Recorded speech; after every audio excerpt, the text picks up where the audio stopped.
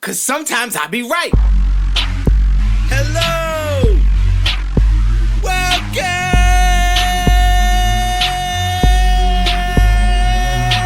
to the show! Last week, I thought I was fired up. I did. I thought I was fired up last week. No. This week is fired up. This week, I'm feeling great. This week, I'm feeling unreal. Okay? Why? Maybe just because NFL's back, football's back. I almost have too much that I want to discuss that I gotta pare it down. So I apologize if I blew out your eardrums or your speakers in the intro to the show. My bad. I'm just excited. I'm happy to be here. I have a lot, like I said, to get into. You know where we're going to start. What up, S.I.B.R family? If this is your first time joining us, welcome. This is Sometimes I Be Right. I'm your host, John Farris, reporting live from Trash Can Studios. As always, joined by my co-host, Wally. Say what up, Wally! Look, Trash Can Studios is especially trashy. I know you've heard me say that multiple times. Oh, also, I am under the weather, so you may hear me sniffle. You know, I got kids. School started last week, okay? Within the first week, here comes my son from kindergarten. He's got a head cold. Within the first 4 days, these kids are germ buckets. He gave it to me. I'm a little under the weather, but I was not going to miss a week, especially not after the first NFL week. Those of you who took my picks, my NFL picks, and went to your local betting site and bet using my picks, I apologize. I was 6-10, so you probably lost some money. My apologies, but this week I will redeem myself. I will redeem myself this week. But you know where we have to start. We have to start with the injury to Aaron Rodgers. That's right. Those of you who have been listening to this show since last year, or since it started, but if you started listening in the summer, if you were listening in the summer, I should say, not if you started. If you were listening throughout the summer in the NFL offseason, when the big talk was about Aaron Rodgers, and Jets fans were excited. The media was excited. Everyone was excited. Oh, Aaron Rodgers to the Jets. Jets, immediate contenders. I said, with or without Aaron Rodgers, I don't think the Jets are making the playoffs. I don't know if I was ever able to give you a good, real explanation as to why, but it just doesn't work like that, right? I brought up the example of Russell Wilson going to Denver last year, how it just doesn't work to where you sign a guy, it was the one missing piece, and ba-boom, there you go. Now all of a sudden your team is set, ready to go. It's not that simple. And the irony of irony is, all right, so I do not root for injuries. I don't root for injuries. I don't root for guys to get hurt. I'm not an evil person, although some people may call me evil. I just think the situation is hilarious to me. The situation is incredibly funny to me. It's incredibly ironic to me. The injury itself is not funny. It doesn't make me happy. I'm not glad about it or whatever, but I'm also not sad. I'm not sad. Aaron Rodgers is filthy rich. Aaron Rodgers has accomplished anything you could want to accomplish in the NFL. Aaron Rodgers is a first ballot Hall of Famer. Aaron Rodgers is arguably the greatest quarterback of all time. There are going to be people that will argue that.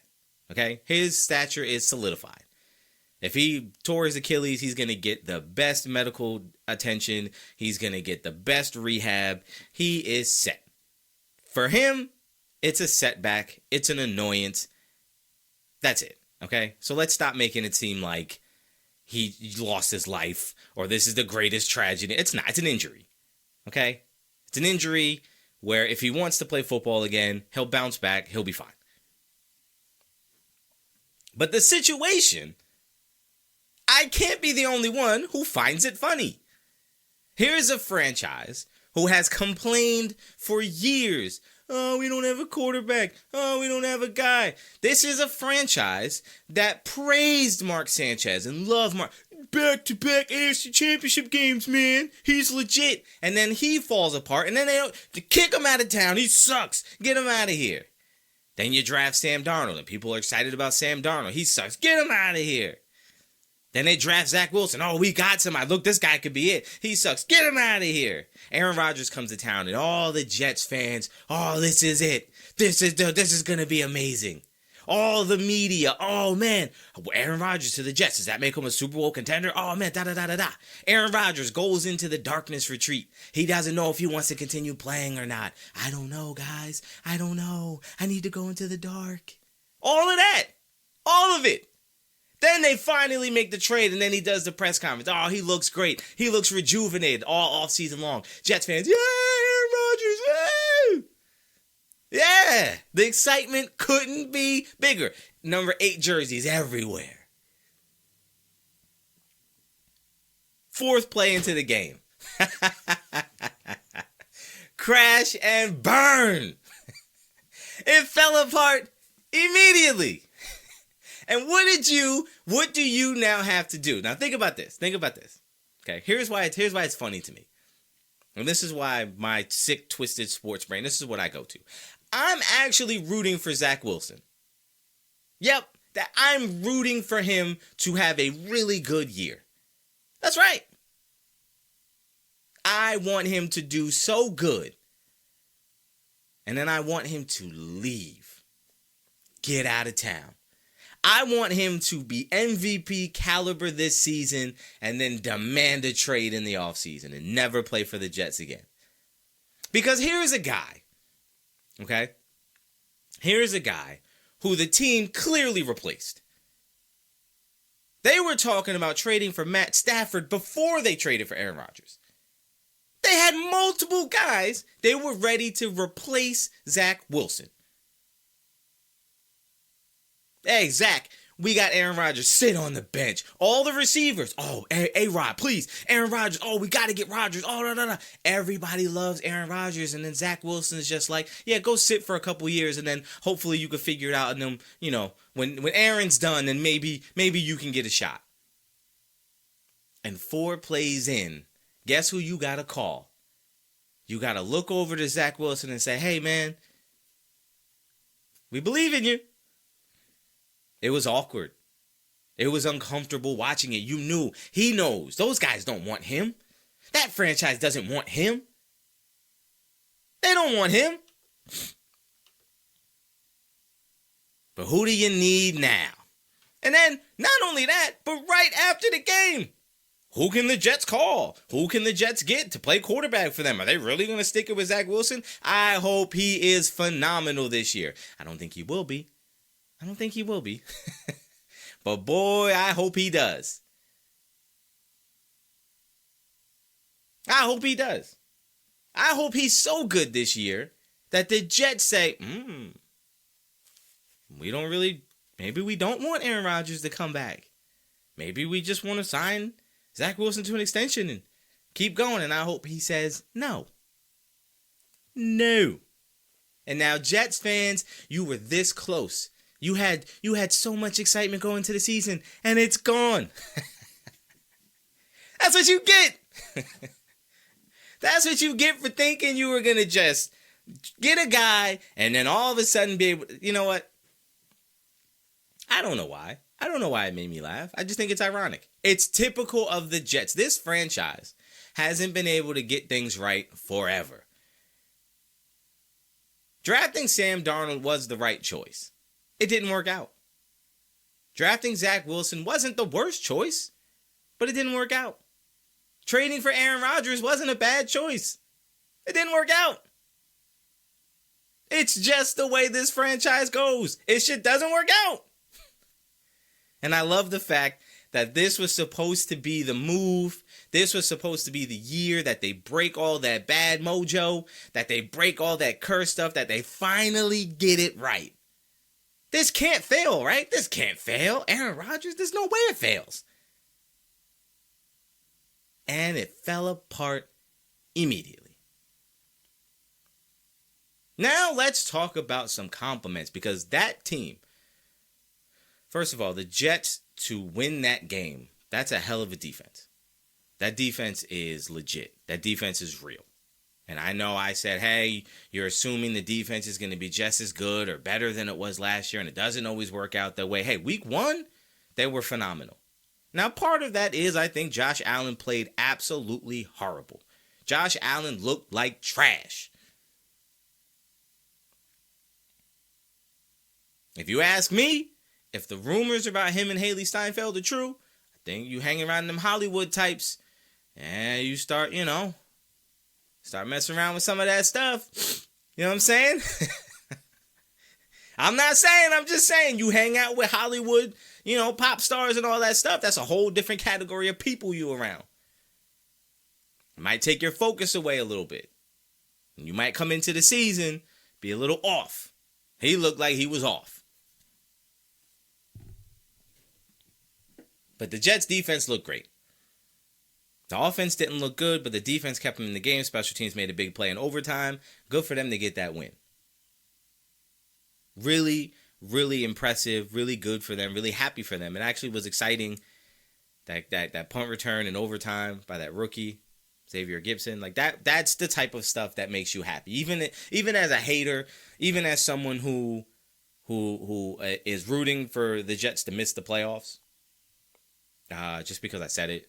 Although now most people probably think they won't make the playoffs anyway. But remember who said it first? I said it first.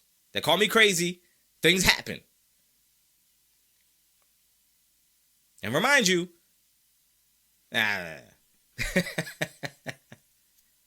But very impressive win for them nonetheless. It's a division win. That's important. Again, like I said last week, the whole theme of last week was stack these wins. Stack as many wins as you can, no matter how it happens, no matter how you get them, stack them. Because at the end of the day, it doesn't matter how you beat somebody, how many points you won by. It just matters how many wins you have. And that could be a win that could push them into the playoff conversation. I just think it's hilarious that the Aaron Rodgers project, the Aaron Rodgers tenure in New York may potentially be over for good, and it only lasted 4 plays. I think that's funny. I think the Jets fans and their misery for decades, I think it's just so fitting. If there was a fan base that this was going to happen to, the Jets would be that fan base. Let's move on now to talk about some rookie quarterbacks. So 3 rookie quarterbacks suited up and started of the Big 5. So this is C.J. Stroud, this is Bryce Young, and this is Anthony Richardson. All 3 started, all 3 played, all 3 got a lot of reps, surprisingly.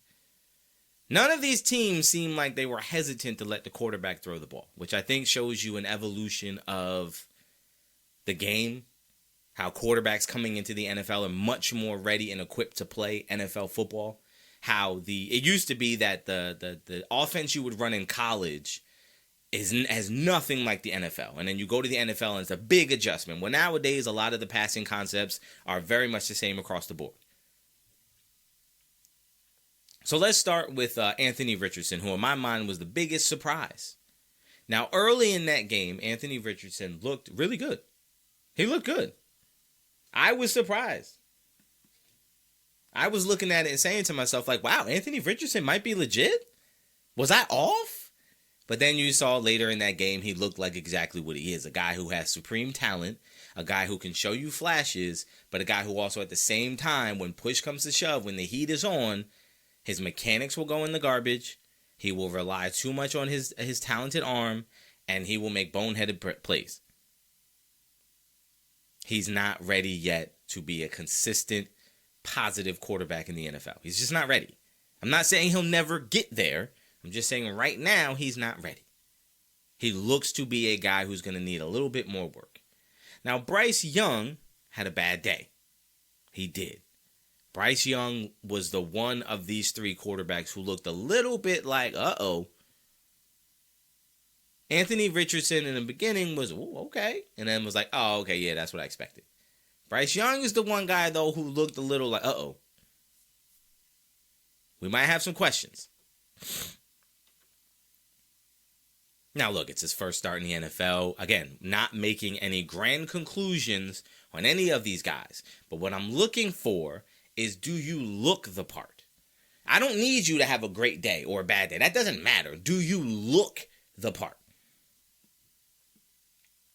Do you look like you belong? Do you look like you're overwhelmed? Do you look like you're out of place? Bryce Young was kind of on that middle ground of like, he didn't look out of place, but he didn't look like he belonged. He kind of was in that, I don't know. We might need a couple more weeks. Maybe this wasn't as sure a thing as some thought. Now, C.J. Stroud was, of the three quarterbacks, was the only one. He threw for the most yards. He had the most completions, and he had the most pass attempts. He didn't score a touchdown, but he also didn't have a turnover. So his game was like the others, kind of a mixed bag. There were some moments where you thought, oh, wow. And then there were some missed throws where you say, you got to hit those. But again, do you look the part? He looked the part.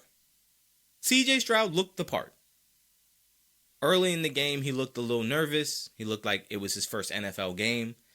And like, I think, they always say like everything seems so fast and then it starts to slow down. I feel like if you watch, you can see the moments where it slows down. And it's like, oh, okay. Like you probably go into it thinking, okay. It's like, if you ever been to the batting cages and you go into like the 85 mile an hour and you're anticipating it being so fast, right? You go into the fast pitch batting cage and it's going to be so fast that you psych yourself up and you start rushing. And then after you see a couple pitches, you realize, oh, okay, that's not that bad. And then you get back to your mechanics and you get back to swinging and then you hit it and it's like, oh, it's not bad at all. That's what it feels like these quarterbacks have going on, where they get themselves so psyched up because it's the NFL, the best of the best, the game plans, the best coaches in the world. And then they start to play and they realize, oh, this is just football. I've done this before. I'm in the NFL. I'm on this level. This is where I belong. And then you can see things slow down and them start to use their mechanics in play. I feel like you saw a bit of that from C.J. Stroud, from Anthony Richardson, and from Bryce Young. So overall, if I'm going to go from the expectation standpoint, I'm going to say Anthony Richardson had the best day if we're judging it against expectations. I expected Anthony Richardson to be miserable this year. So for him to come out in game one and look as solid as he did, he has to get the nod as the best performer in week one. C.J. Stroud will be number 2, and Bryce Young will be number 3. Speaking of quarterbacks, first of all, can I just ask the question, why are you starting Josh Dobbs over Clayton Tune?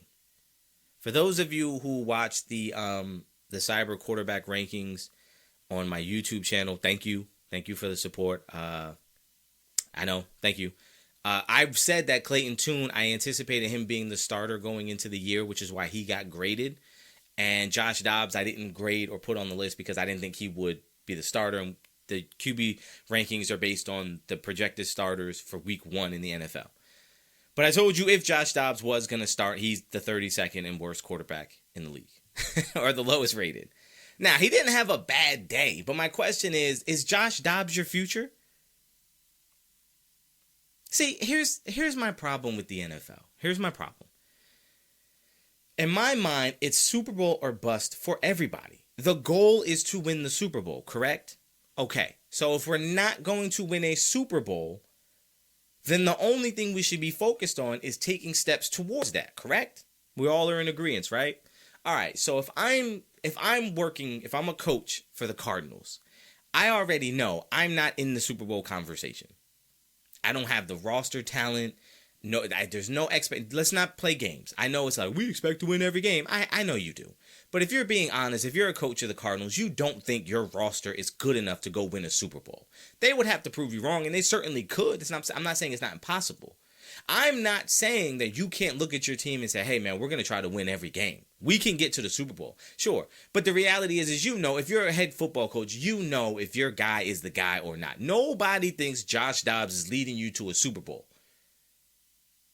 Nobody thinks that Clayton Tune is leading you to a Super Bowl. But guess what? Clayton Tune is a rookie. Clayton Tune is a guy who might be able to start for your franchise for the next decade plus. Josh Dobbs is not that.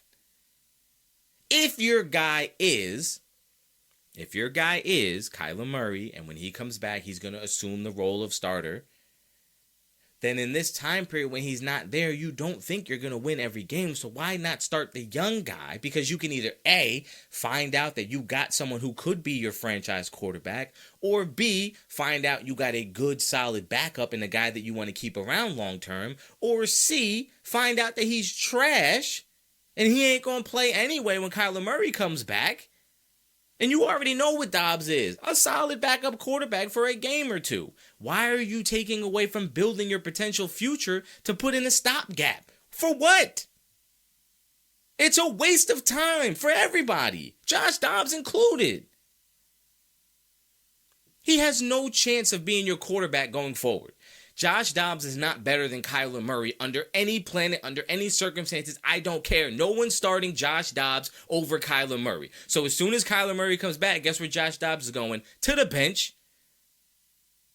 And if he plays well, even if you wanted to keep him going forward, the amount of money you have to pay him to be your backup is far more than you're currently paying Clayton Tune. So let Clayton Tune get the reps, get better, so he can become a solid backup quarterback because you don't have to pay him much.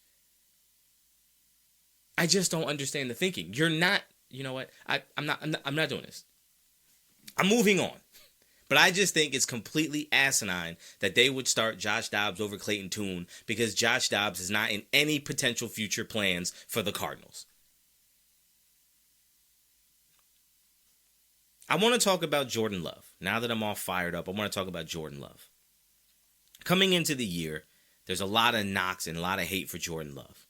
2 years ago when Aaron Rodgers, when they were potentially talking about trading him or potentially wanted to leave, is he going to retire, whatever, everyone said, you can't trade Aaron Rodgers because Jordan Love is not the guy. And I said, why are we writing off Jordan Love like it's not possible? I didn't understand it. I would have traded Aaron Rodgers years ago. Because I need to find out if Jordan Love is the guy or not. And I'd rather find out 3 years before his contract is up rather than on a contract year. Because if he has a really good season this year, you now have to pay him. And if you pay him, is it going to be a Matt Flynn situation where we have to pay this guy because he did some good things, but, oh, wait a second, he's not really the guy? Is it a Matt Castle type thing where we have to pay the guy, but, oh, wait, he's not really what we thought he was, but we had to pay him like he is because he had a contract year. And he performed well, but then he became right back down to reality. So I'd rather find out early. But now coming into this year, everyone is just immediately writing off Jordan Love. Jordan Love stinks. He's no good. I don't expect much from him. And I said, you're wrong. I think everybody's wrong about Jordan Love. Jordan Love is more than capable. So coming into week 1, all I needed him to do was look the part. Can you show me that you look like a guy who can progress into a good quarterback? Do you have the arm talent? Do you have the presence? Are you standing strong in the pocket? Are you bailing too early? Are you check down Charlie? Are you forcing throws? Do you look like you have a grasp of what you're supposed to be doing?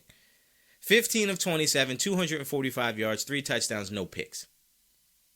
Some people might say that's not great. If there's other quarterbacks, if they had that type of day, you would be praising them.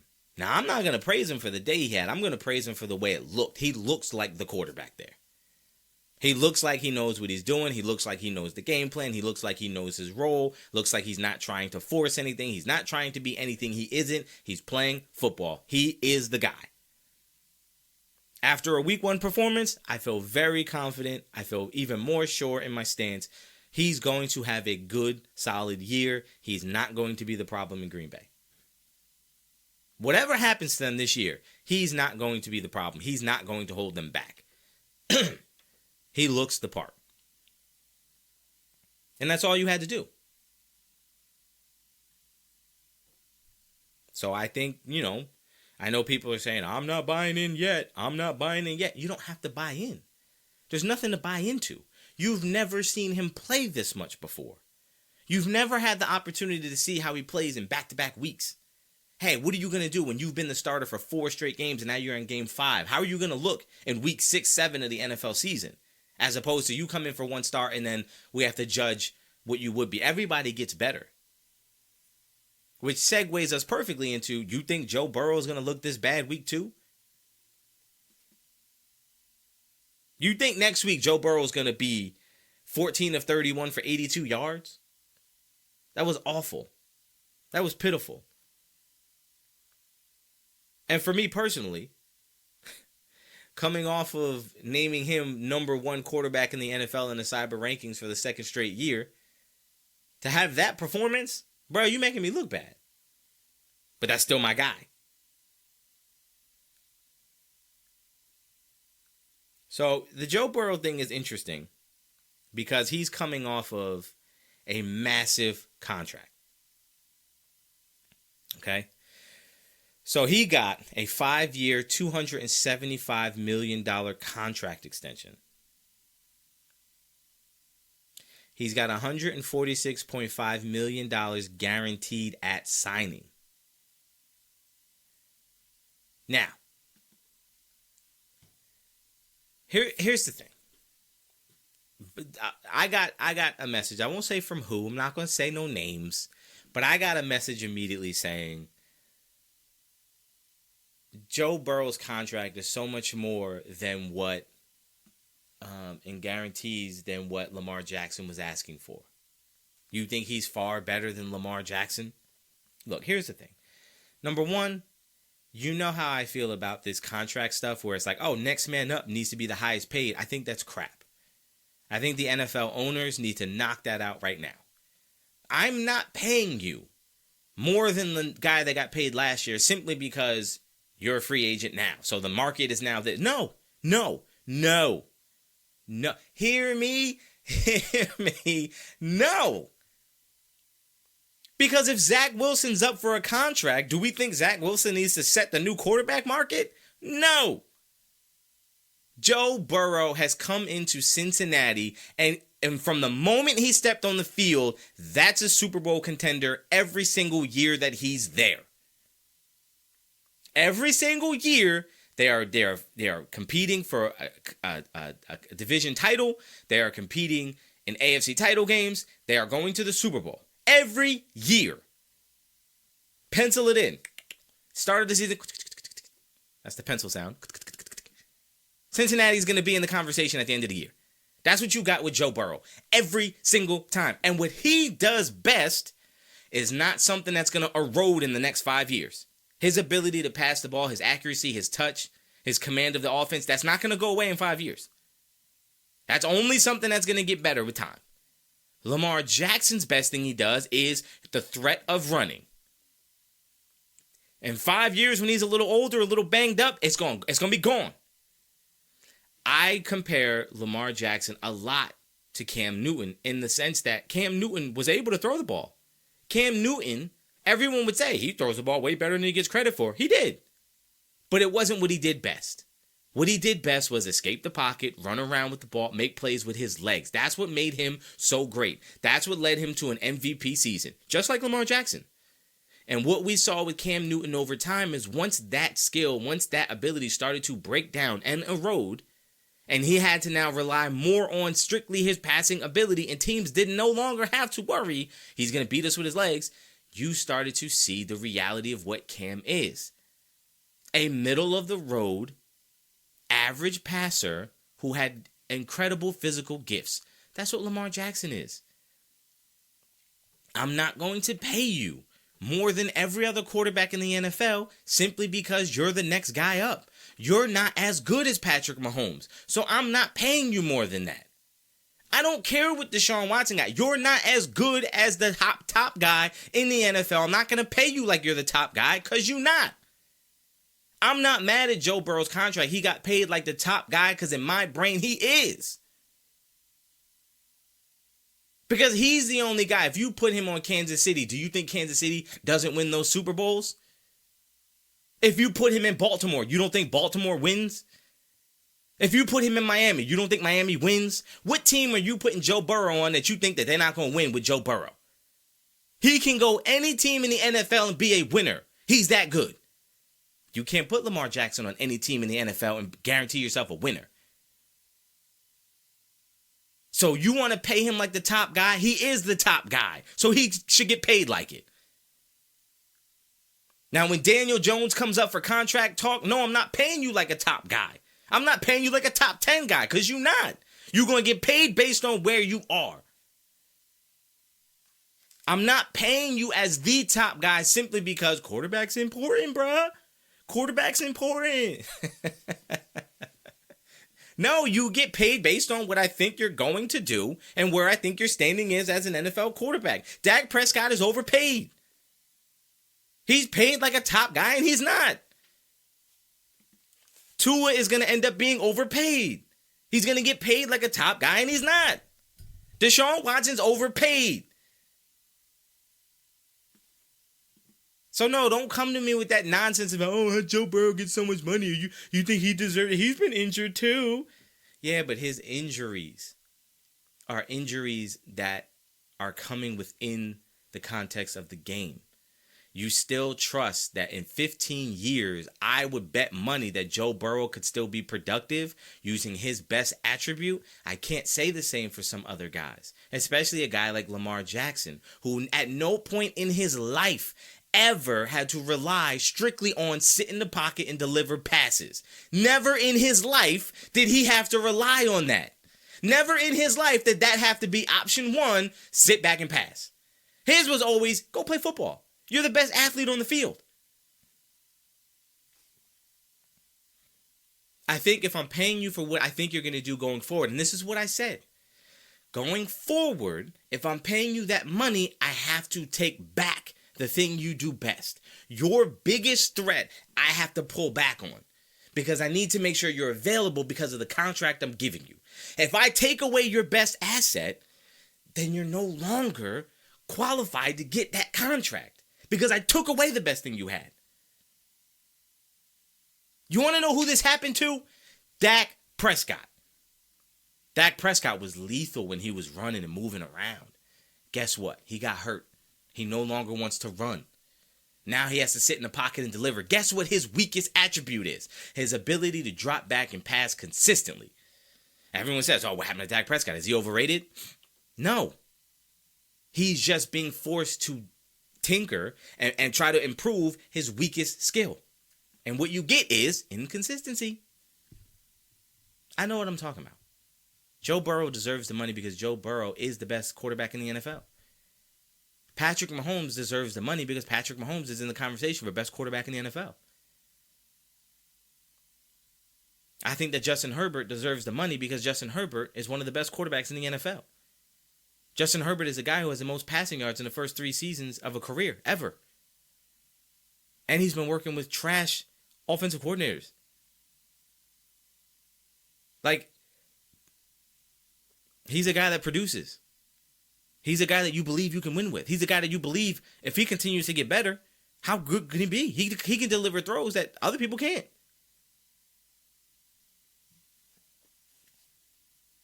So the question becomes, do I think the contract for Joe Burrow influenced his week 1 play? No. I think his lack of preseason reps influenced it. And I think we need to have a real conversation about guys playing preseason. I think if you shorten the preseason to 3 games and you don't want to play guys because you're afraid of injury, dude, I got news for you.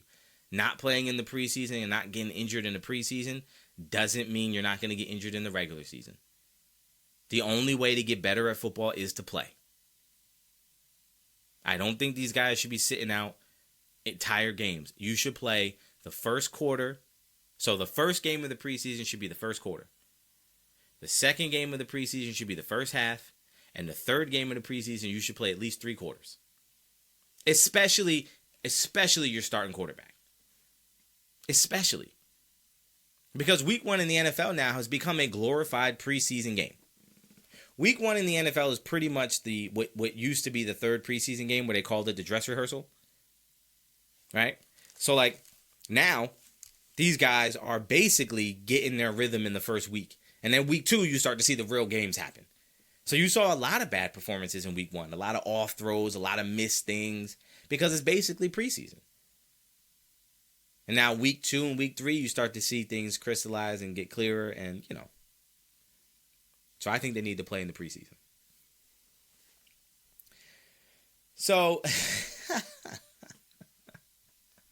So I want to talk about now. I want to spend a little time on the Cowboys and the Giants on Sunday Night Football. Let me start by saying this. Even though I am a Cowboys fan, even though I don't like Daniel Jones, even though I don't like the Giants, even though I want to come in here and I want to kick the back end of every Giants fan in America and in the world, although I want to come in here and gloat, and I want to come in here and bash and say how trash the Giants are, I'm not biased.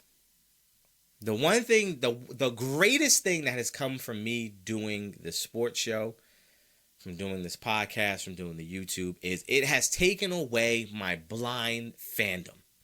Now, because I'm paying attention to the entire league, because I'm looking at things in a totality, I no longer have this blind allegiance to my favorite team, which is why I could come in here and say Dak Prescott is boo-boo. I'm not into it. I don't believe in him.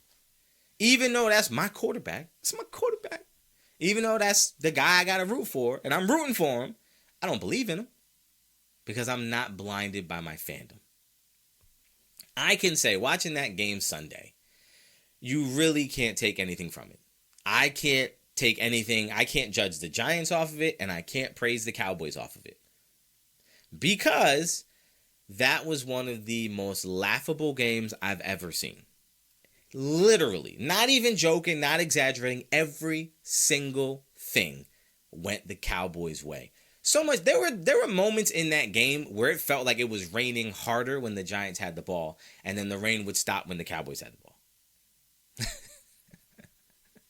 That's how much in favor the universe was of the Cowboys on that day. I don't know why. Everything went their way. Every bounce, every tip pass, like everything just went their way. It was just a perfect night for them. Mwah, chef's kiss. The universe gave the Cowboys a big, big win. But I can't be too hard on the Giants. There's some things you could take away for sure. I'll say this. That offense is only going to work if Daniel Jones is involved in the running game. You try to make Daniel Jones drop back and pass, it's over. You have no chance. You have no chance. You're not going to be successful. I saw that early. You cannot play that game. And that's why I didn't want to pay him the money. That's why I said paying him that amount of money makes no sense because you're going to need him. You're now going to rely on him because he's eating up so much of the cap. He now has to make up for the fact that you can't get a stellar supporting cast because he's eating up too much of the money, which means now he needs to contribute more to balance it out. And he's not that guy. He's going to have to be involved in the run game because that's what he does best. Drop back 40 times a game? No chance. He's not the guy for that. He's not the guy for that. So with that said, the offensive line is also terrible. Now, the Cowboys have a really good pass rush. And not only do they have a good pass rush, but they have waves that they could bring. Right? They have waves that they could bring. Dan Quinn is a fantastic defensive coordinator. They've loaded up that defensive line. They've loaded up that front seven with guys that can blitz, guys that can run, guys that can get through. So you're not going to go against a pass rush that dominant every week. But your offensive line is still weak. So those are two areas that you could walk away as a Giants fan and say, ooh, this is going to be tough. This is going to be tough. Also, another thing is in the defense, that secondary, those two rookies at corners, those are two guys that were very grabby in college. Those are two guys that they'll grab you. You're going to get a lot of defensive holding penalties. You're going to get a lot of PIs. There's talent. But if you're relying on those guys, get ready for a lot of third downs being converted because you got a defensive holding automatic first down. So those are the things you can take away if you're a Giants fan. But again, this game does not say that you're not. I still think the Giants will make the playoffs. I think they'll still squeak in. But if you're a Cowboys fan, you also can't walk away saying, oh man, the Cowboys are amazing. Da, da, da, da, da. Why? Because things just went your way. The offense didn't look great. It didn't look great. They didn't score in every put. It didn't look great. Now, the weather may have played a factor. I thought Dak skipped a couple throws. He looked a little off. But that's what Dak is. I didn't see the offensive line being as dominant in the run game as I would hope. I didn't see that. The defense looked good. I think the one thing I may have underestimated is how good this secondary can be. And if that pass rush mixed with a solid secondary, that could lead to some real good defensive performances. So there are some takeaways, but in totality, week 2 is going to be the official start. Like now let's judge these teams, because the Giants are going against the Cardinals. So you take what week 1 was and week 2 was, you add it up, you divide it by 2, and you get an average, and that's probably where you're going to be. Take week 1 and week 2 from the Cowboys, who were playing the Jets, and all right, there you go. Boop, boop, put a nice bow on it. Do you know what I'm saying? The garbage truck is coming, so y'all might hear the garbage truck in the background, Trash Can Studios. So I'm not gonna pause it. Typically, what I would do is I would pause it and wait till the truck to pass, but I don't got time for that. So you might hear some banging, but that's just them taking my trash. But I will say about the Cowboys-Giants, here's what I will say. Giants fans, don't sit there and now all of a sudden, like, well, you can't really take anything away from week 1. It's just week 1, man. If the Giants beat the Cowboys 40-0 and it looked exactly the same, but in favor of the Giants, they would be kicking the Cowboys' backs in. But Cowboys fans, we are classy. We are non-biased. All right? We believe in fairness. Like, look, bad game for you guys. It went our way. It was fun to watch. It was fun to be on the receiving end of all the universe's gifts. But I don't judge the Giants too harshly after week 1. I'm not crucifying Daniel Jones after week 1. I'm not doing any of that. I'm not throwing anybody away. I'm not saying that Brian Daboll may be overrated as a coach. How good is he now? I'm not saying that Daniel Jones is a fluke in his one good year, quote unquote. He can't even duplicate. I'm not saying any of that. I'm just saying, you better not lose to Arizona. And if you lose to Arizona, there's some real trouble. Wow, 42 minutes in. Wow, man. Just NFL talk. See, this is why I love football season. In the summertime, when ain't no football, man, I'll be struggling to get to 40 minutes. Y'all have seen the episode lengths. I like to be around an hour. That's where I like to be, because I feel like I listen to podcasts when I'm working, and so the longer the podcast, the better for me. That's why when the show first started, I used to try to go for like 90 minutes or 2 hours. Like, that was, woof. Then I realized I was just filling your guys' ears with a bunch of nonsense where I would just drag things on forever. So I'm trying not to do that. Let's move on to college, because the big game of the weekend was Texas versus Alabama. Now, you'll remember I wanted to pick Texas. I wanted to believe that Texas would do it, but Texas has routinely come up short in those moments, in those games. And I said they had to prove it to me. I needed them to prove to me that they were going to make it happen. And they did. And boy, did they. And they look good.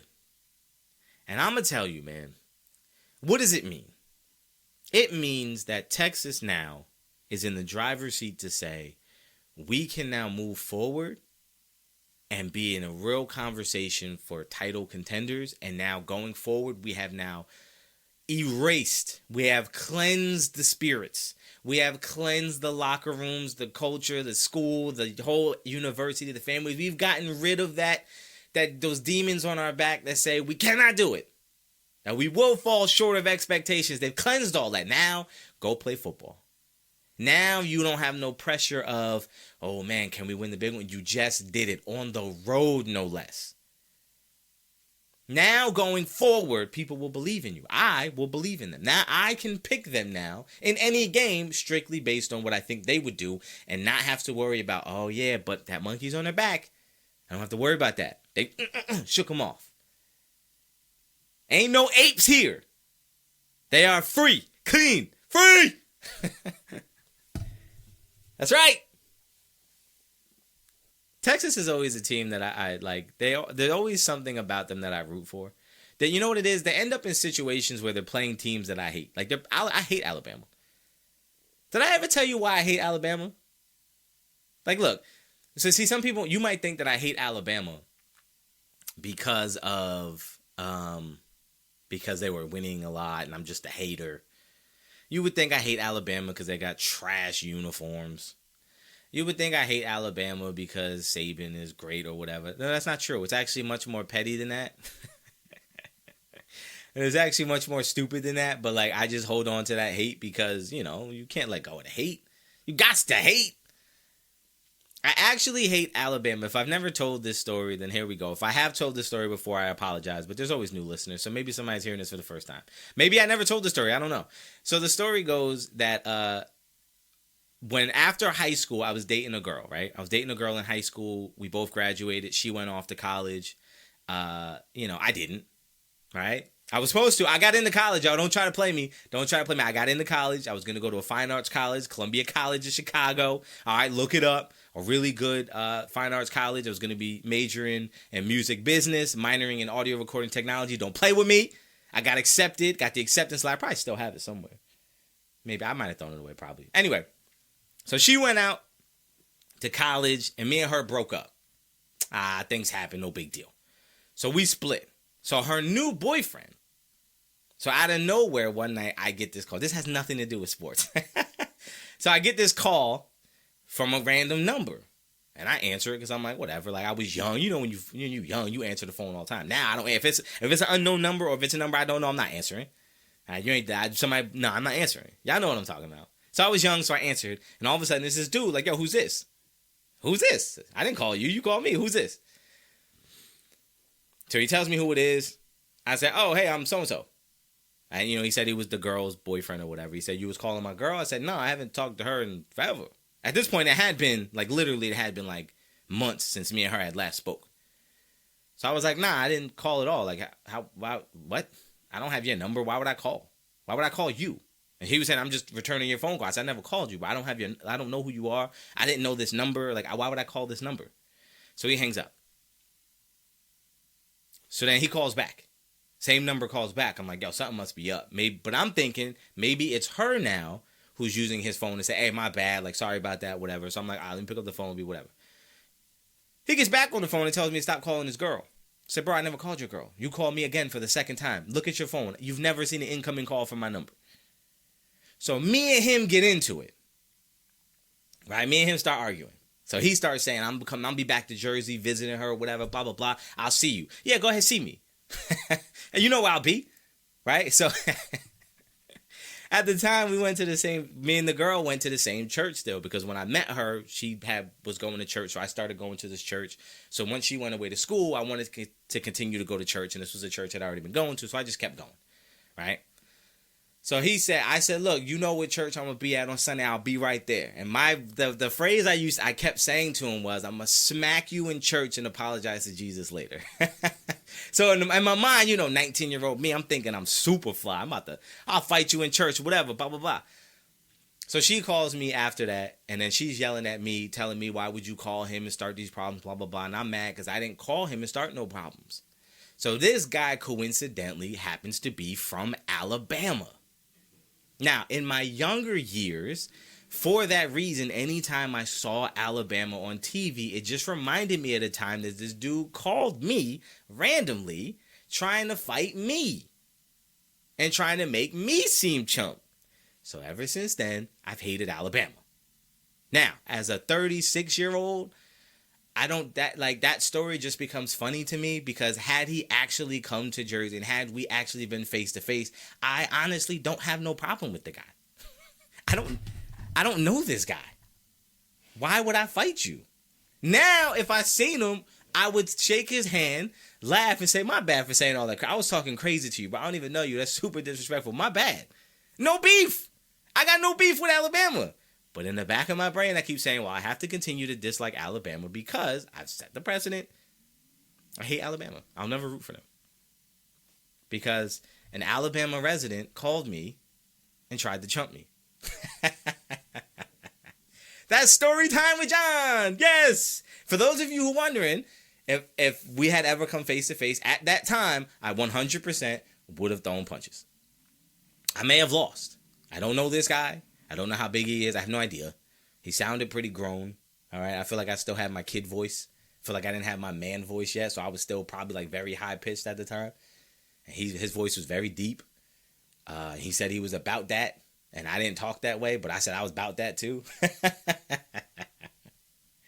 Man, to be young. So the moral of the story is, I hate Alabama because I had an interaction with somebody from Alabama, and they didn't like me. So now I don't like Alabama. But kudos to Texas, though. What a great game. Quinn Ewers had a couple throws in that game where I said, how? He had that one deep ball that went straight up in the air, and I thought that's not going to reach. I thought that's going to be so underthrown, and it was perfect. And I watch it. I've seen it probably every day since. And I watch it. He lets it go. It goes way up in the air and comes right down perfect. How? Ohio State fans, imagine. Imagine if he was playing for Ohio State instead of Kyle McCord, who oddly enough is now officially the starter. That's right. Ryan Day has come out and named Kyle McCord the starter going forward for the rest of the year. No surprise to any of us who have watched the games. He obviously was their favorite. He wanted him to win the job, but I think they just had to make sure. Devin Brown had to get an opportunity to play in the game to see can he? Because again, I think as far as physical gifts and just raw talent, I think Devin Brown has the edge. But when it comes to playing quarterback, Kyle McCord has the edge. So I think they wanted to give Devin Brown every opportunity to maybe prove something. But he just didn't. And that's okay. That's okay. But Kyle McCord going forward now doesn't have to look over his shoulder. He doesn't have to worry about coming out of games. He can get into his rhythm. And it is top-notch. Great decision. The only decision in my opinion. And I'm happy for him going forward. I want to talk about two more things. One of them is the phrase that kept going through my head all week is, they make me hate. Listen, I'm not a hater. I promise you. Yes, it is true. My first thought, when everyone's going left, my first thought is, let me take a peek at what's going on the right. Maybe I'm going to go that way. When everybody says this team is the best, I do say, well, let me look at that other team and see maybe the other team is actually better. If there's two teams in the Super Bowl and everybody wants Team A, my first thought is I'm going to root for Team B. Yes, I am a natural contrarian. I am a guy that always wants to go against the flow of traffic. That is true. But I'm mature now.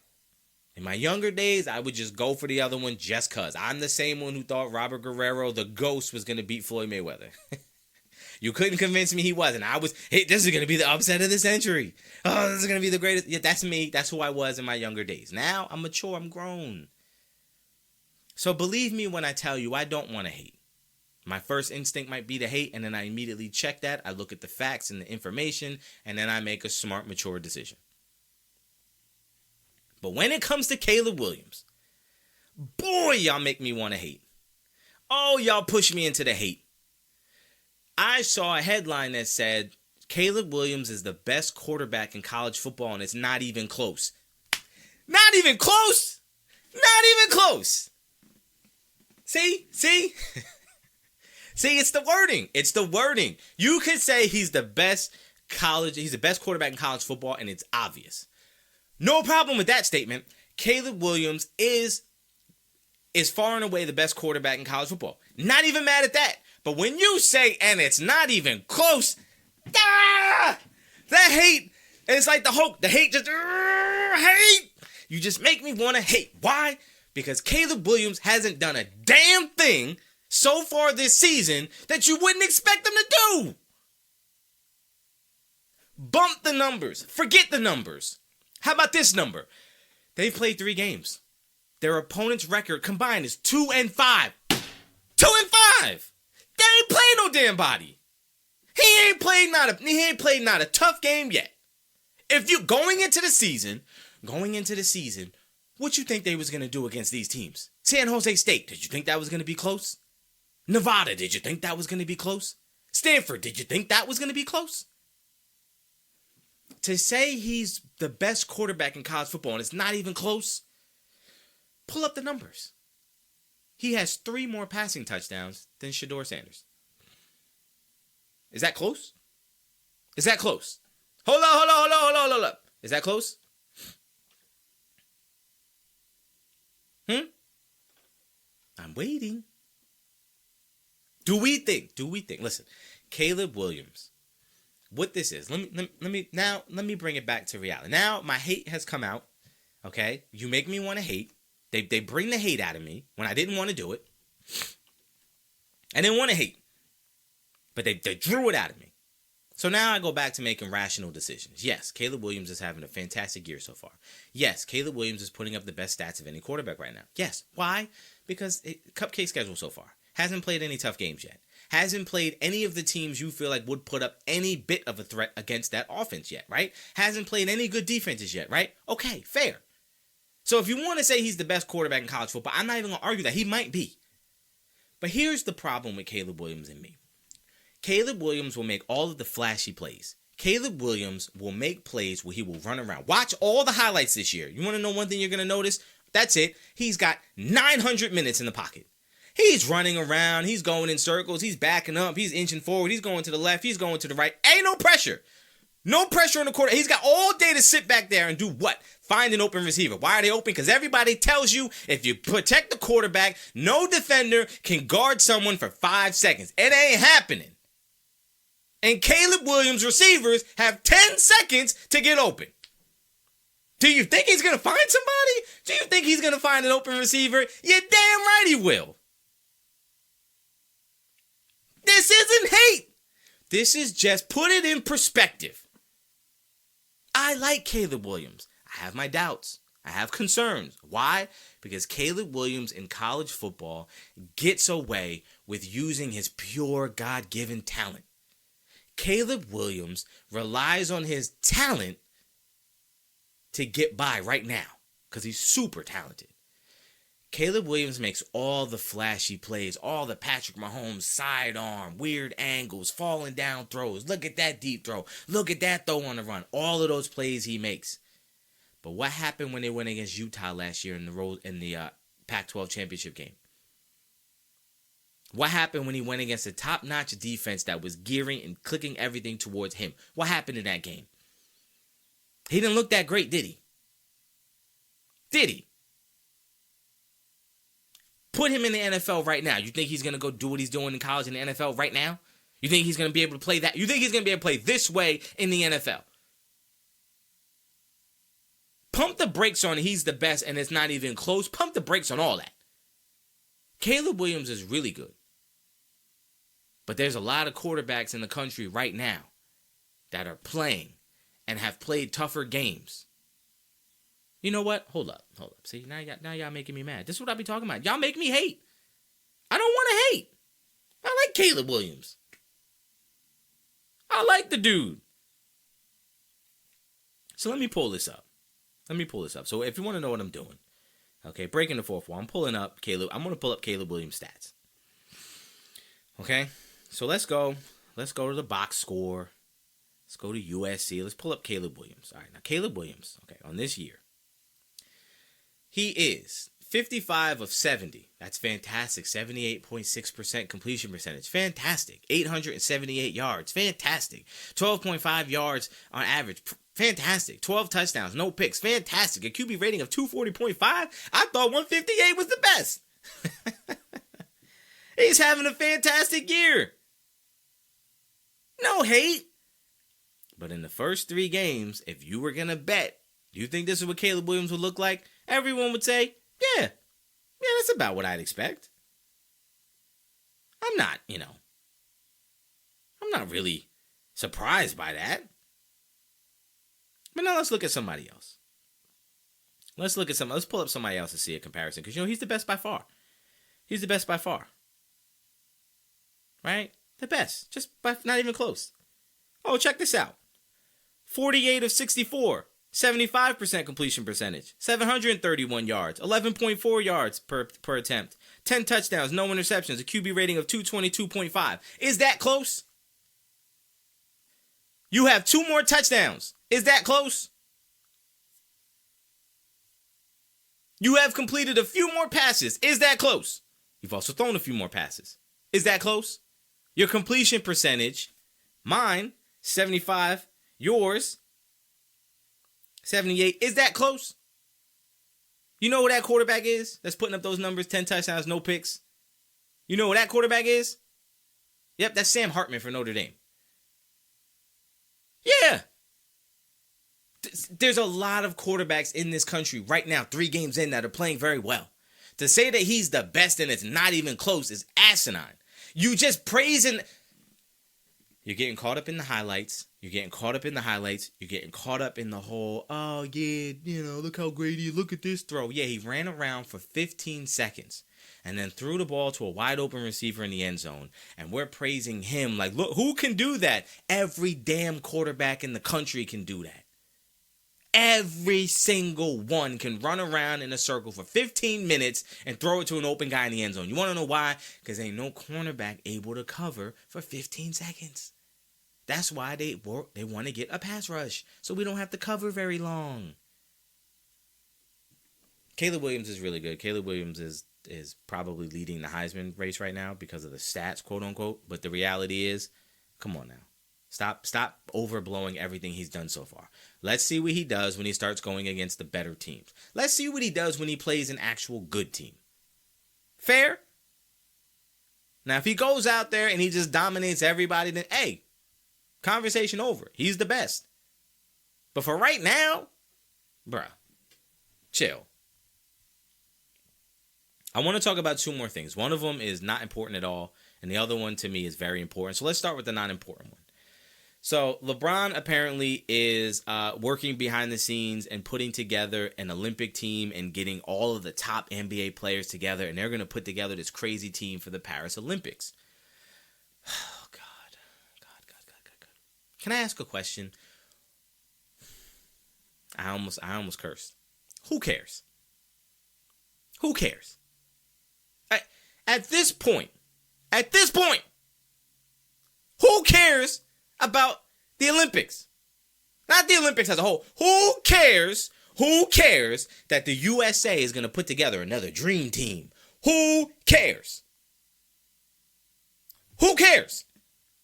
What difference does it make?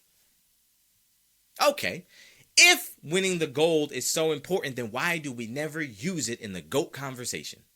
For who's the greatest of all time? We never talk about how many gold medals you got. Nobody cares. Nobody cares. They say that Carmelo Anthony's not a winner. He got a gold medal. He was instrumental to winning that gold medal too. Nobody labels him as a winner because he won a gold. They don't even count for Carmelo.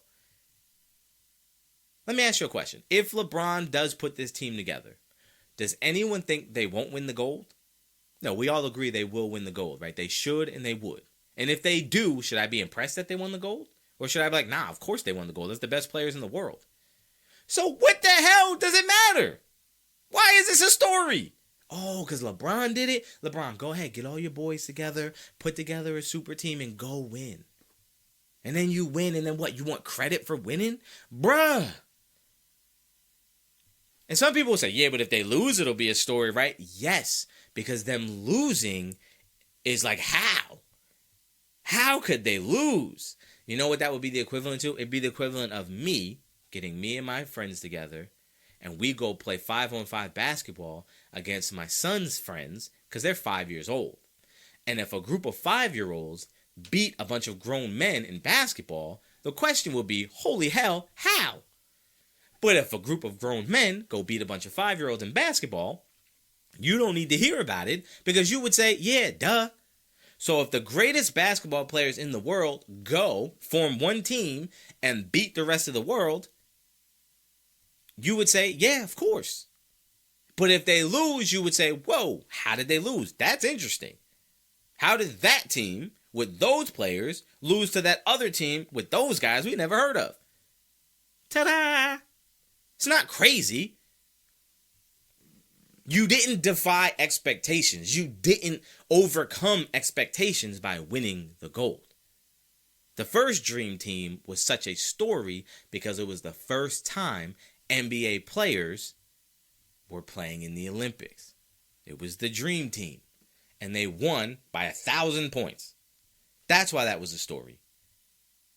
It was never a story about the Olympic team after that until they lost in 2004. Then it was, how could this team lose to that team? That's why it was a story. Had they won, nobody cares. The Redeem Team was only a story because they were coming off of a loss, and we have to redeem ourselves now. Can this team win now? And when they won, it's okay, now we're back. That's the only reason why it was a story. If you win now, bro, we expect you to. Especially if you put together the roster they're talking about, you better win. And if you win, you don't get credit for doing what you're supposed to do. Facts. People only get headlines when they do things that are above and beyond what's expected. Right? So stop. I just had to get that out the way. Now I want to talk about something that's very important, that's becoming more and more important to me. Number one, please, oh please, I'm begging you, sports media, I'm begging you, sports fans, please, let's not make the Deion Sanders and the Colorado story about race. Please, please, please, please, please don't. I think if you start bringing up race, it is reductive. And I'll tell you what I mean. Deion Sanders winning games at Colorado is not important or intriguing or fascinating or exciting because he is black. His race has nothing to do with it. We should look at what he's doing and judge him based on the job he is doing, not for the job he's doing as a black coach. Him being black or white does not matter. Does not matter. When Urban Meyer went and started coaching Ohio State and they were coming off of a 6-6 season, and the very first season there he went 12-0, nobody mentioned him being white. We don't do that for them. We don't do that for other white coaches. We don't praise them for being a white coach and being able to convince black players to follow lead. They don't do that. They never bring up race when it comes to white coach, but when it comes to black coaches doing something, the first thing they want to do is point out that he's black. Nah, we're not doing that. Deion Sanders is not a black coach. He is a coach. And he's a damn good one. And if he can't get respected as a coach without you putting the caveat, a black coach, you need to ask yourself a question. Why do you need to mention that he's a black coach? Don't make it about race. And black people, we need to demand, and yes, I say we because I am half black. We need to demand and treat him as a coach and not acknowledge the fact that he's black, because we don't care that he's black. That's not why he's a good coach. That's not why he should get credit. He should not get credit because he's a black coach doing this. He should get credit because he's one of the best damn coaches in the country. That's why. And yes, I'm passionate about this because it matters to me. And number two, pay attention. They are building up Colorado. They are building them up sky high. They keep moving them up the rankings. They are building them up sky high. I would not be surprised. Going into next week, do you know who they play next week? So this week they play Colorado State. They're expected to win. They're probably going to win by a large margin. Next week they play Oregon. Guess what? I would not be surprised if Colorado wins this week versus Colorado State and they get bumped into the top 10. Why? Because that makes it a better story. Why? Because if they lose to Oregon, they are going to tear this team apart. I see it. They building them up. They building them up. Why? Because as soon as they falter, as soon as they slip, and please don't let them get blown out by Oregon. If they get blown out by Oregon, they are going to trash this team. The first thing you're going to see is, was Colorado overrated? Was Colorado overhyped? Was this all hype? Yeah, they won a bunch of games, but hey, man, were we wrong? Like, maybe they look at their schedule. The schedule wasn't really... Yeah, that's what they're going to tear them down. Please don't. Please don't. Please don't. I'm working very hard to not overpraise Colorado or over-criticize them, because the reality is who they are and what they are is a building program. They were never expected to be in the conversation for a playoff. They were never expected to be in the conversation for 10 wins. They were never expected for that. They were never expected to win the conference. They were never expected to do that. They were never expected to finish in the top 25. This season is about exploring what can Deion do with the recruits that he brought in. How good can they look? How can we get a read on, hey, going forward, hey, Coach Prime, this is about to be scary. That's what this was, a look-see year. This was, hey, let's take a look and see, Yeah, it worked at Jackson State, but can he bring that same swag, that same attitude, those same modules, that same play my theme? Can he bring that to big Power 5 college football? Will that work? That's what this year is about. Can Deion prove that his way can work at this level? That's what it's about. That's it. Don't build them up as, oh, they were this and they're overrated. No, it's not about that. So you build that up and you tear that down, that's on you. They didn't do anything week 2 different than week 1. They're not going to do anything different in week 3 than they did in week 2 or 1. And when they go against Oregon, they're not going to do anything different in that game than they did the first 3 games. The difference is the level of competition is going to step way up. But judge them on what they do and not what your expectations are. That's why I'm not overly praising Colorado because, again, I'm not worried about the result. How does it look? They look like a team who believes. They look like a team who's well coached. They look like a team who has a clear vision on here's what our objective is, and they all seem to be flowing in the same direction. That's what they look like. Whether they win or lose don't matter year 1. Does it look like the culture is being established? It is. The culture is being established. It looks like it. So win or lose don't matter year 1 because we're not expecting you to win. We don't care if you lose. Coach Prime, it's the first year. This is your first recruits. This is your first year in this building, in this community. This is your first year. Set the culture, and then going forward, boom, we springboard. That's what this is about. This is a look-see year. The administration ain't looking at Deion and saying, bro, you got to win X amount of games or you out. The players ain't thinking, oh, we got to win this amount of games or we done with coach. No, this is about establishing a culture. And once you establish that going forward, can you, now you know what we're looking for. Now high school kids right now who are coming out and on the recruiting trail, hey, look, we're going to go visit. Oh, we like this culture. We like this atmosphere. We're going to go there. They're going to have a good recruiting class. Because it seems fun. Because Prime is the master of coolest coach in college football. I just don't want to hear these whole race conversations. I don't want him to be getting praised as a black coach. I don't want it to be talked about how these black players and da-da-da look. Like, I don't need all those percentages. I don't need all that. Shedeur Sanders is not a black quarterback. He's a quarterback. If in 2023 you looking at a quarterback and judging whether or not he's black or white, and that's like, what difference does that make? What difference does that make? What difference does it make? Why does Shedeur Sanders being black matter at all? What difference does that make? All right, so if it don't make a difference, then why does it even have to be mentioned? What difference does it make that Coach Prime is black? What difference does that make for his coaching? Or his ability to coach? Or his game planning? Or his recruitment? What difference does that make? Does that make does Nick Saban benefit because he's a white coach? Does he recruit better because he's white? Does he recruit less because he's white? Alabama has a top recruiting class all the time, and they got a bunch of black players. They get the top players in the country. Some of them are black. Most of them are black. Does it matter that Nick Saban's white? So why does it matter for Deion?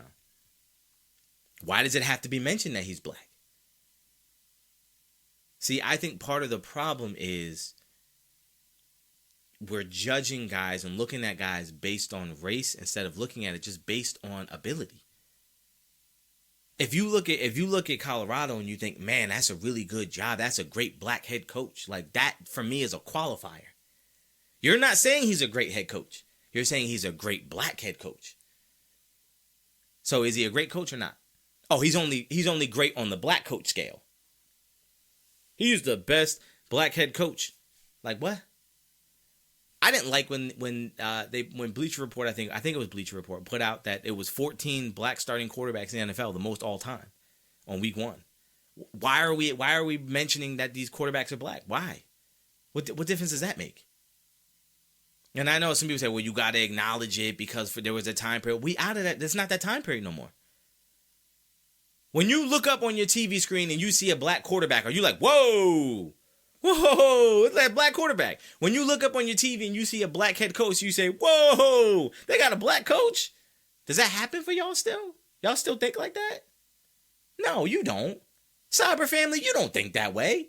You don't look at Caleb Williams and say he's a really good quarterback for being black. You don't do that. You don't look at him different than you look at Drake May because he's black. You don't do that. You don't look at Shedeur Sanders and say, wow, like that's a good black quarterback. You don't do that. So why do we need to acknowledge that? That's my rant. That's my rant for this week. Because I think it's important that as people get away from the idea of we need to acknowledge the race of someone to in some way validate what they're doing or enhance what they're doing, as if like the expectation is Deion wouldn't be a good coach because he's black, or that because he's black this is even more impressive. Like that's reductive. That's in a way it's like biased, and in a way it just seems to be like it seems to send the wrong. It hits my ears and makes it feel like you didn't expect it because you wouldn't expect that from someone who's black.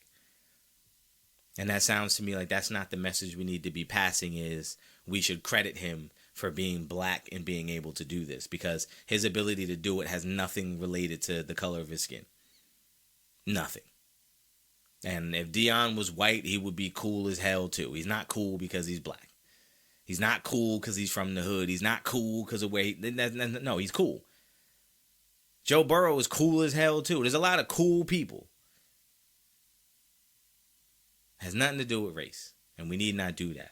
But the real message, not only that, but the real message is be careful, because they are building up Colorado right now, and they are prepping them for a big, big teardown. And when it starts to happen, I'm just letting you know now, I'm going to be on the side of defending Colorado, defending Coach Prime, and defending against all the nonsense that's about to come, because they will lose a game. They will lose multiple games, probably. Because it's hard to win, especially in year one, as you get into the season, as teams get to get more film on you, as your guys get a little tired. You know, Travis Hunter can't play as many snaps as he's playing every game. He's going to get a little tired. The weather is going to change a little bit. Yeah, like it's going to get tougher. And when it does, and if the results aren't the same, I'm still going to defend them. And I'm going to fight against the people who are going to try to tear them down because your expectations have changed, because you're putting them on a pedestal. So when they don't live up to your expectations, you're going to tear them down. I'm going to be here for their defense. Let's move on to picks for the week. Now, look, if you want my full, because again, I'm picking all the top 25 teams are in action. I'm picking every game involving a top 25 team in college football, and I'm picking every NFL game against the spread. That's what I'm doing this year. Now, if you want to get the full list, because I don't want to take an extra half hour to 20 minutes, however long it's going to take to go through these in the podcast, I've chosen 5 college games, 5 NFL games that are interesting to me to do on the show. If you want the full list of picks, go to the YouTube channel. It's S.I.B.R Network. That's S.I.B.R Network on YouTube to get the full list and the full picks for college and NFL. So let's start with college. So last week I came in and I told you that I was asked if Florida State is the real deal or if I believe in Florida State after they beat LSU. And I said no, because Florida State, their problem is never how they play against the top teams they go against. The problem is always how they play that noon game against like an NC State. Well, guess what they have this week? They have Boston College at noon, and guess who they play next week? Clemson. Now, Clemson is a higher profile team. Yeah, they're kind of down in the dumps, but I still promise you Florida State is going to respect Clemson more than they will Boston College. This is a typical game that Florida State will come out and struggle. It's what they call a trap game. You got a big game next week against a hated opponent, and this week you have kind of a lowly Boston College who should pose no threat to you at all, and those are the kind of games where Florida State will slip up. This game is interesting to me because Florida State needs to come out and dominate from snap one and be so dominant, in fact, that they could put in backups midway through the second half. That's what I need to see. And if I see that from Florida State, I'll come on here next week and say that I believe in Florida State's ability to win a national title. I will be convinced, hand to God, I will be convinced that Florida State is the real deal if they come out and dominate Boston College from pillar to post. I do like Florida State to win, But I am curious to see if they could take care of business and be real dominant in the game where typically, historically, at least in my opinion, is a game they'd always struggle. Next, you have Texas playing Wyoming. Now, this is similar to Florida State, where Texas is coming off a big program-defining win versus Alabama. And here they are going against a Wyoming team who, if you're not paying attention, they might be able to make it a tough day for you. They might. They could. Wyoming is that team that, we should blow them out. But if you let them hang around, that game could look closer than it should. I'm curious to see how Texas is going to come out and handle business. I think they will. I think they handle business. I think they win by a large margin. I think the backups get to play. I think it's going to be a blowout. But I am interested to see, can Texas, now that I'm buying in, now that I'm giving them the credit, not saying, well, you got to show me. No, they showed me, so now I'm going to ride the coattails. I need to see how they perform versus Wyoming. Ohio State versus Western Kentucky. We know Notre Dame is next week. We know that. So this week you got Western Kentucky. It's a tune-up game. It is a trap game. It is a game where you can come out here and kind of sleepwalk through it, and if it's too close, no. They need to come out much like Florida State and much like Texas and handle business.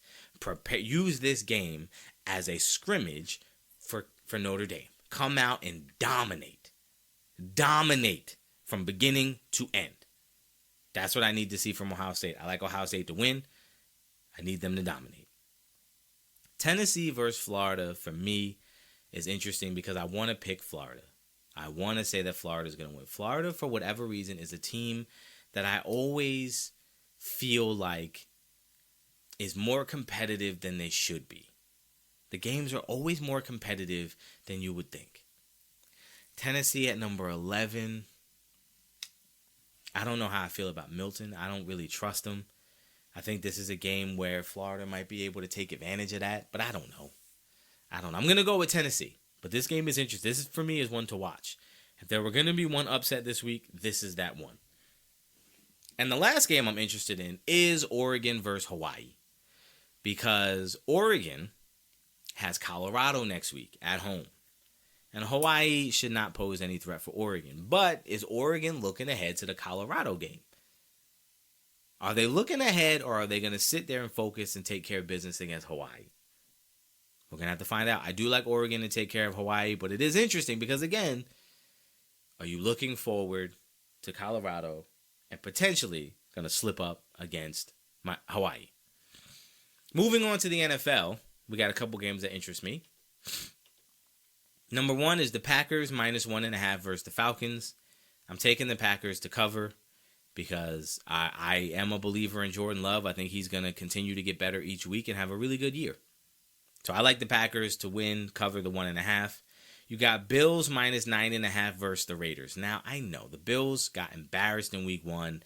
The conventional wisdom and the conventional thought is, oh, the Bills are going to come back and dominate. They're going to come back and be way better. And then the Raiders, they got, Garoppolo, and, they won week 1, but that was a surprise, and blah, blah, blah, blah, blah, blah. The question becomes, do you think the Bills will cover the 9.5? I'm going to say yes. And I'm going to say yes because I think people are probably down on the Bills and are probably a little up on the Raiders. And I think, can they win by 10? I think so. That wouldn't surprise me. I think the Bills in week 1, I think Josh Allen had an absolutely terrible game. I think Josh Allen probably came into the game feeling himself. I even said coming in, I thought he was going to have a really big year and be out to prove something. I think he was. And I think that is not the way to go. And I think he's going to get back to all right, let me settle down and stop trying to make the play every play. And let me just play football. I am going to take the Bills getting the 9.5. I'm going to take them to cover. That is a big number. I'm going to take it, though. Lions -5.5 versus the Seahawks. I'm taking the Lions in the 5.5 points. I think the Lions are very good. I think the confidence, man, for Jared Goff is going to be the difference in that team this year. I think his confidence and the team's confidence in him is at an all-time high. I think the Seahawks are good, but I think the Lions are better. I think they'll win by a touchdown. I think they cover the 5.5. Colts -1 versus the Texans. Our first matchup of 2 rookies. You got Anthony Richardson, and then you got C.J. Stroud. Here's what I know. The Texans were able to keep that game They were able to keep Houston close versus Baltimore. And Baltimore is far better. Okay, so the defense played pretty solid. I think against a rookie quarterback, I think they take advantage of Anthony Richardson. I think they're going to get a couple turnovers off Richardson, and I think the Texans win. I think C.J. Stroud's going to have a much easier day versus the Colts defense than he did versus Baltimore's defense. I think having a game under his belt and getting used to the speed and feeling like, I could play. I think he's feeling real good about himself after that game. And I think in week 2 is when he starts to now say, I belong. This is my spot. This is my team. I got it. So I think week 2, they come out. I think they get a big win. I think they beat the Colts. So I'm taking the Texans +1. The Cowboys getting 9.5 versus the Jets. I know this seems like a no-brainer. The Jets coming off of losing Aaron Rodgers. Oh, Zach Wilson stinks. The Cowboys defense was unbelievable. 40-0 against the Giants. I've been a Cowboys fan my whole life. These are the types of games that the Cowboys come in with really high expectations and they don't live up to it. I think, look, the Jets defense is really good. The Jets defense is going to give the Cowboys offense some trouble. The question is, can the Jets offense give the Cowboys defense some trouble? I don't think so. I don't think so at all. I think Zach Wilson is going to be under insane pressure. I think he's going to get a couple turnovers, but I don't think the Cowboys offense is quite good enough to dominate a team like the Jets. So I think this game is closer than 9.5. I don't think there's going to be a doubt who's the better team. I think it might be like a 7-point game, a 6 or 7-point victory. I don't think they're going to win. I don't think they're going to cover the 9.5. I do think Zach Wilson is going to be the difference. I think he's going to turn the ball over one too many times against that defense. But I also think the Jets defense is going to do just like they did against Buffalo. Do just enough to keep it close. Keep it closer than it should be. Closer to 9.5 for sure. So I like the Cowboys to win, but I like the Jets to cover the 9.5 points. That's my time, y'all. Look, I appreciate y'all coming through again for another week. I apologize for the length. If some people have a problem with this podcast being so long, my apologies, but get used to it because it's probably going to happen more often, especially this football season. We got a lot to talk about each and every week. I love this time of year. Also, follow me on all social media platforms at S.I.B.R_pod. That's S.I.B.R_POD. Go check out the YouTube channel. Like I said, we have the full list of picks, every top 25 team and every NFL game picked versus the spread. Those videos are available right now on S.I.B.R Network on YouTube. That's S.I.B.R Network on YouTube. We also got exclusive content over there that you won't find on this podcast. I appreciate each and every one of you for being part of the S.I.B.R family. I look forward to hearing from you, and I look forward to seeing y'all next week. Enjoy the games. Bet responsibly, drink responsibly, party responsibly, have a good time. I'll see y'all next week.